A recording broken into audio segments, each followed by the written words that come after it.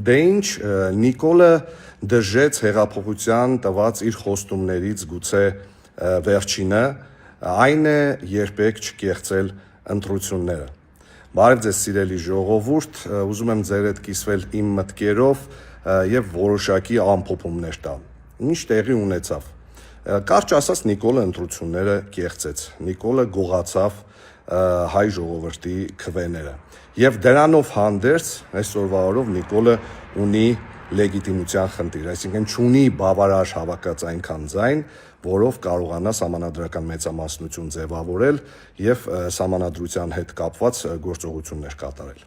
Բայց եկեք մի հատ սկզբից գանք, ինչ տեղի ունեցավ այս ընթացքում։ Նախընտրական տեռոր,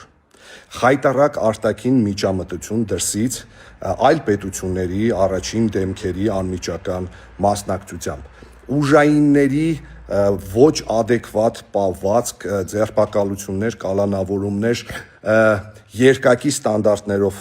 առաջնորդում, այսինքն այն ինչ կարելի էր իշխանության ներկայացուցիչներին, ոչ միայն կտրուկ արգելված էր փաստորեն ընդդիմությանը, այլ նաև նրանք դրա համար կալանավորվում ու ձերբակալվում էին։ Վերջի 1 տարվա ընթացքում մենք տեսել ենք այնպիսի էմոցիոնալ ֆոնի ձևավորում,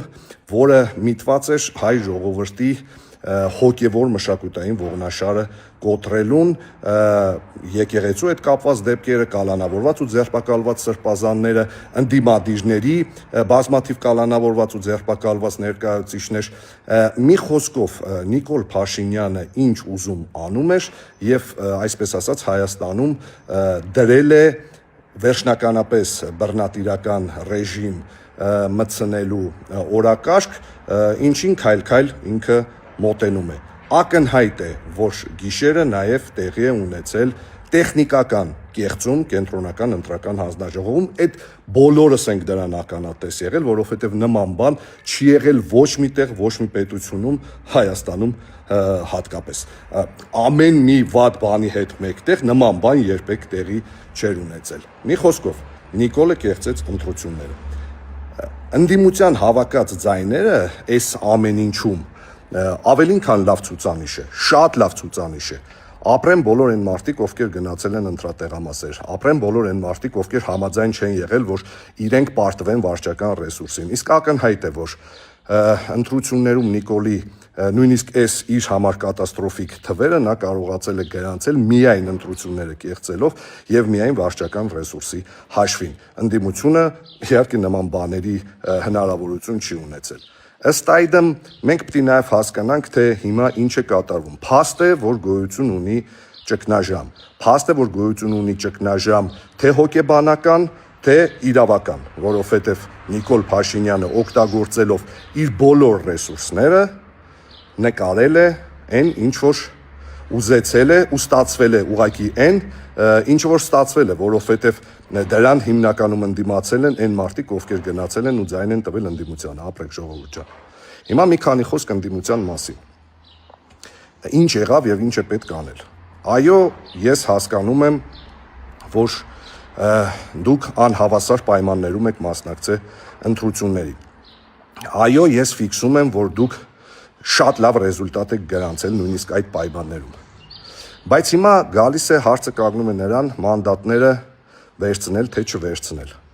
Տեսեք, մենք մի անգամ արդեն տեսել ենք, երբ մանդատը վերցվում, ինչ է տեղի ունենում։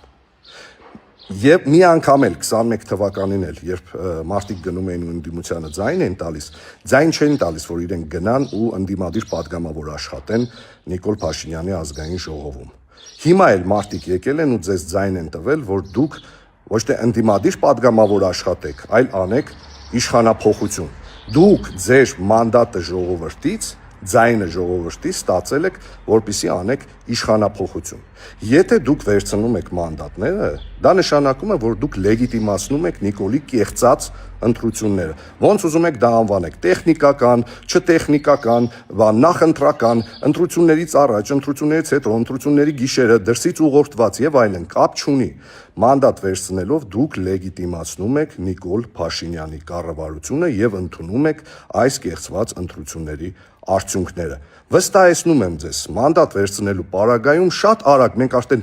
բազմաթիվ անգամներ դա տեսել ենք, դեժավյու չենք ուզում տեսնել։ Ձեր ֆրակցիաներից անպայման հայտնվելու են մարդիկ, ովքեր պարզվելու է, որ համաձայն չեն օրինակ ձեր ուղու հետ եւ շատ արագ լրացնելու են ԿՊ-ին սատարողների շարքերը, շատ արագ հայտնվելու են այնպիսի քրեական գործեր, որոնք դրդելու են ձեզնից ոմանց նստել բանակցությունների սեղանին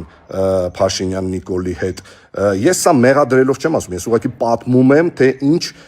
ինչ է լինելու, որովհետև մենք այս ամեն ինչը արդեն տեսել ենք։ Դրա համար իմ որպես ձեզ ընտրած, ձեզ ամեն ինչով օգնած, ձեր կողքը կանգնած Հայաստանի Հանրապետության սովորական քաղաքացի հորդորում եմ ձեզ. մի վերցրեք ձեր մանդատները, ստեղծեք քաղաքական ճգնաժամ ու կտեսնեք ոնց են մարդիկ նորից կանգնում ձեր կողքը շատ ավելի շատ քանակով, քան եկել են ընտրատեղամասեր, որովհետև հիմա է ժամանակը ցույց տալու, որ դուք տեր եք այն մանդատին, որը ձեզ եկել է ընդդիմադիր էլեկտորատը տվել է, իսկ ձեզ մանդատը տվել են իշխանափոխություն անելու համար։ Ես իսկապես ձեզ շատ սիրում եմ ու գնահատում եմ ձեր արած աշխատանքը, հարգելի իմ ընկերներ, ձեր մեջ ես շատ ընկերներ ունեմ, բայց նորից նույն փոცხի վրա չկանգնեք։ Եթե գնացիք նորից նույն փոცხի վրա կանգնեցիք, դրանով վերջ եք դնելու նաև ձեր քաղաքական կենսագրությանը։